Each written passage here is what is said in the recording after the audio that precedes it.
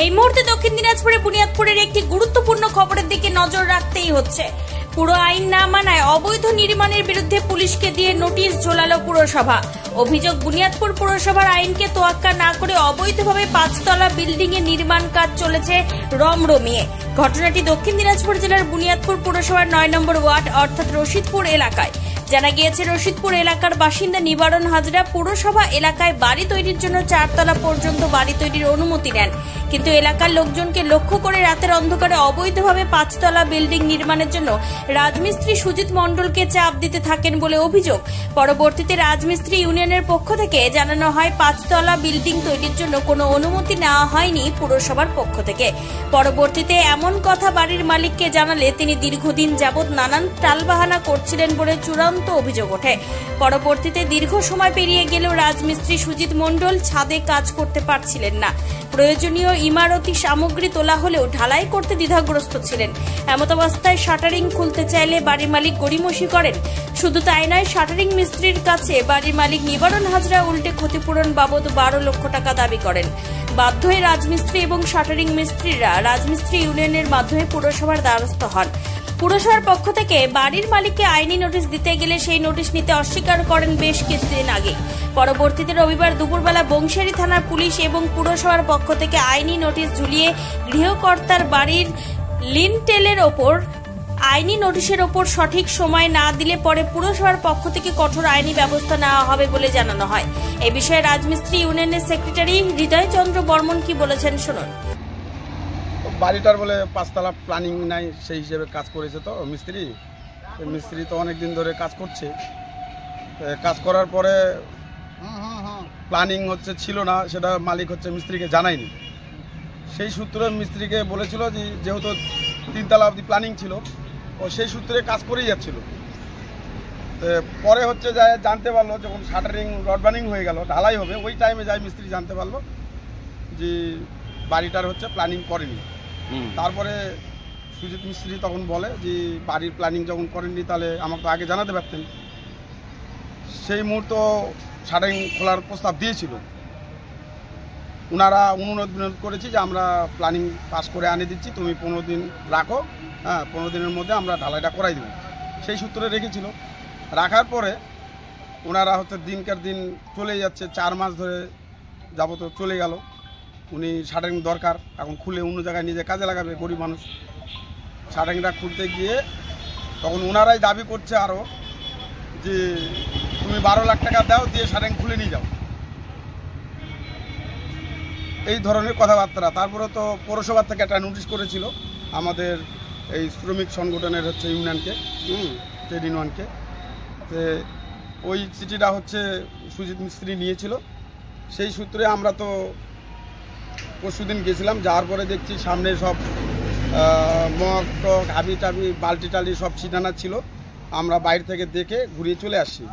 সেই সূত্রে আমরা পৌরসভাকে একটা চিঠি করেছি এবং আমরা ইউনিয়ন থেকে পৌরসভাকে একটা চিঠি করেছি এবং থানাতেও একটা প্রশাসনিক আমরা সাহায্য নেওয়ার জন্য ওনাকেও একটা চিঠি করেছি। আজকে প্রশাসন থানার থেকে আসছিল, আসার পরে আমাদেরকে ডেকেছিল, পৌরসভায় আসছিল। আমরা ওখানে নোটিশটা দিয়েছিল পৌরসভার থেকে, বাড়ির মালিককে নেয়নি, সেই নোটিশটা ওখানে ঝুলাই দিল। আমরা দেখে শুনে চলে আসলাম।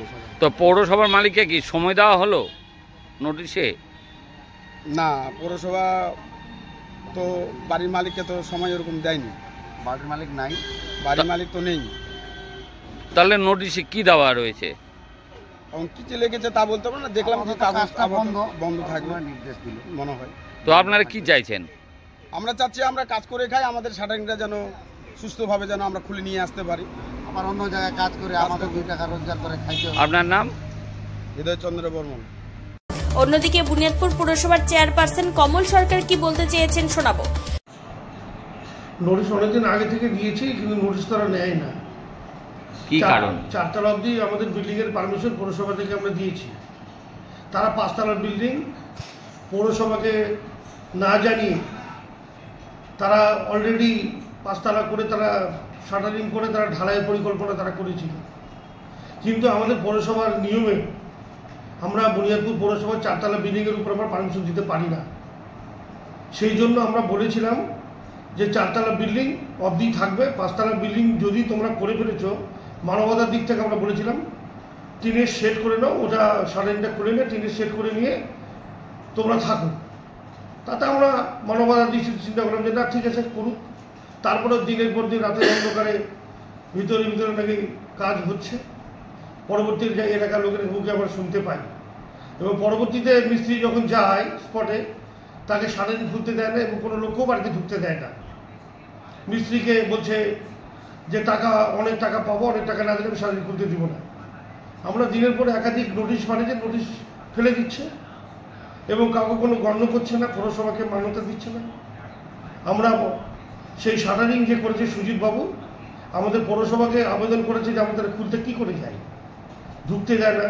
তখন পৌরসভার পক্ষ থেকে সুজিত বাবুর হয়ে প্রশাসনকে আমরা বলি যে আপনারা পুলিশের সহযোগিতা নিয়ে আপনারা খোলার ব্যবস্থা করুন। সেই জন্য আজকে পুলিশ সেখানে ছিল। তা আমাদের পৌরসভার পক্ষ থেকে আমরা বলেছি 5তলার বিল্ডিং আমরা কোনো মতেই অনুমতি দিতে পারি না। যদি সে 5তলা বিল্ডিং গায়ের জোরে করে তাহলে কি করবেন আপনারা? পৌরসভার যে আইন আছে, আইন ভিত্তিক প্রশাসনিক যেভাবে কাজ করে সেভাবে আমরা এগোবো। সর্বোপরি বাড়ির মালিক নিবারণ হাজরা টাইমস 14 বাংলাকে এক টেলিফোনিক সাক্ষাৎকারে কি জানিয়েছেন তা শুনে নেওয়া যাক। আর এই যে তোমরা 5তলা বিল্ডিং করছো, যার জন্য পৌরসভার পক্ষ থেকে তোমরা 5তলা বিল্ডিং এর অনুমতি নাওনি, পৌরসভার অনুমতি নিয়েই তো কাজটা হয়েছে। না হলে এই কাজটা কি আমার কোন রকম ভাবে 1-2 দিনের কাজ, না হলেও 3-4 মাস ধরে কাজটা করছি। এবার এই কাজটা পৌরসভা যদি কোনো রকম ভাবে বাদই থাকতো তাহলে এই কাজটাকে উঠতো, আমাকে সেটা বলো। প্রথম প্রশ্ন হলো আমার এখানে।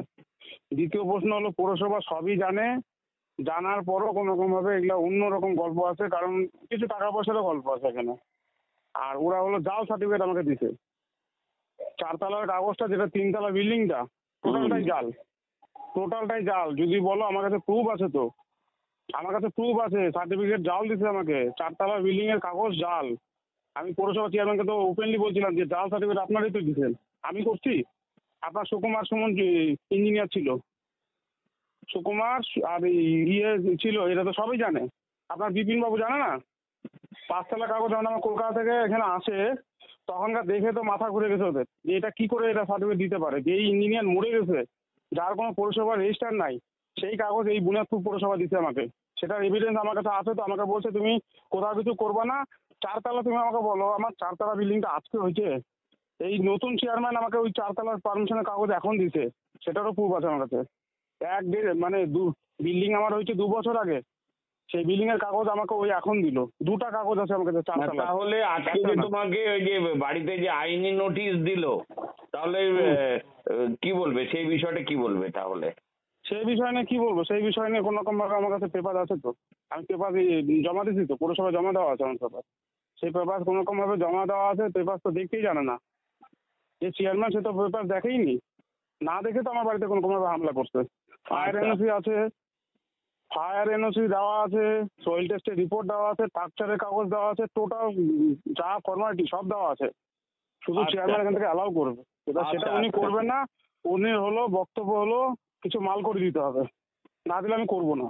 আচ্ছা, কারণ ওনার ঝামেলা শেষ হয়ে গেছে। উনি 4তলা কাগজ আমাকে জাল সার্টিফিকেট দিচ্ছে। আমার কাছে ডুপ্লিকেট, আমার কোনো কাগজ আছে, অরিজিনাল কাগজ আছে। আমি যদি বলো যে প্রুফ লাগবে, আমি প্রুফ করে দেবো। তবে কলকাতা পৌর নিগম এলাকায় একের পর এক বাড়ি ধসে পড়ার পরও কেন যে মানুষের সম্বিত ফিরছে না তা নিয়ে চিন্তিত এলাকার মানুষ। স্থানীয় মানুষের বক্তব্য, যত তলা বাড়ি নির্মিত হবে তার আগে বেসমেন্টে ঠিক ততটাই রড বালি পাথর মিক্সিং করে আনুপাতিক হারে ব্যবহার করতে হবে। কিন্তু তা না করে আচমকা কোনো মানুষ যদি বহুতল নির্মাণ করেন, তা শুধু আইনত অবৈধ নয়, রীতিমতো দণ্ডনীয় অপরাধও। শেষমেশ কোথাকার জল কোথায় গিয়ে গড়ায় সেটাই এখন দেখার। দক্ষিণ দিনাজপুরে বুনিয়াদপুর থেকে নিজস্ব প্রতিনিধি রিপোর্ট, টাইমস 14 বাংলা।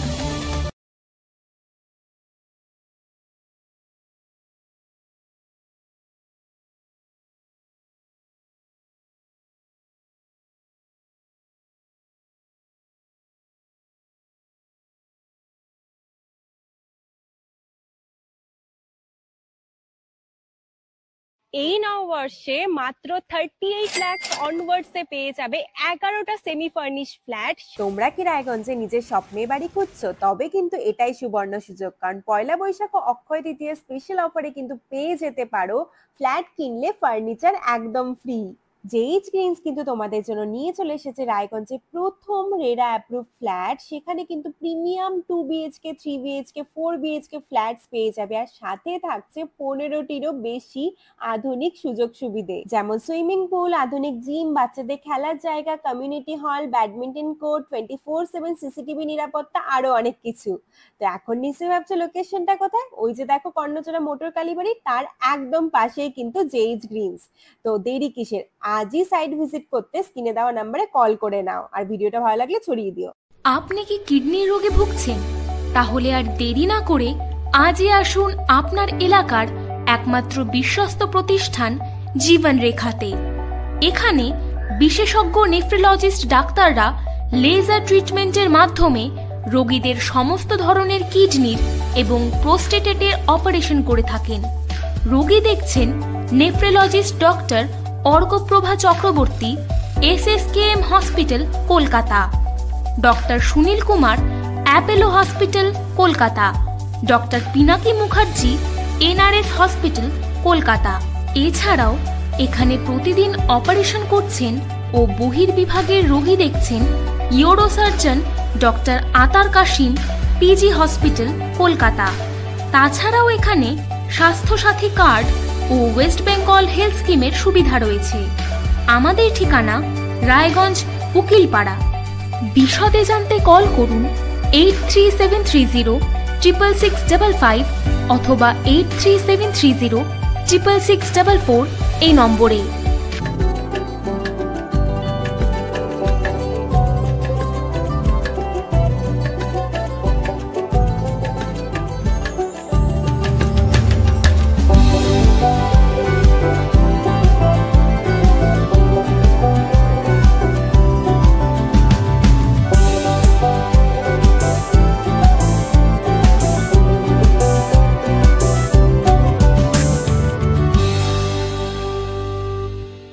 আপনি কি চাকরি পরীক্ষার্থী? চাকরি পরীক্ষার বই খুঁজছেন? তাহলে আজই চলে আসুন সৌরভ বুক অ্যান্ড ম্যাগাজিন সেন্টারে। এখানে BSc, WBCS, bank, rail, ICDS, nursing, ANM এবং GNM সহ কেন্দ্রীয় ও রাজ্য সরকারের সকল চাকরির পরীক্ষার বই ও ম্যাগাজিন পাওয়া যায়। আমাদের ঠিকানা খড়িমোড়, মোহনবাটি, রায়গঞ্জ। বিস্তারিত জানতে যোগাযোগ করুন 9002904090 অথবা 9434347016।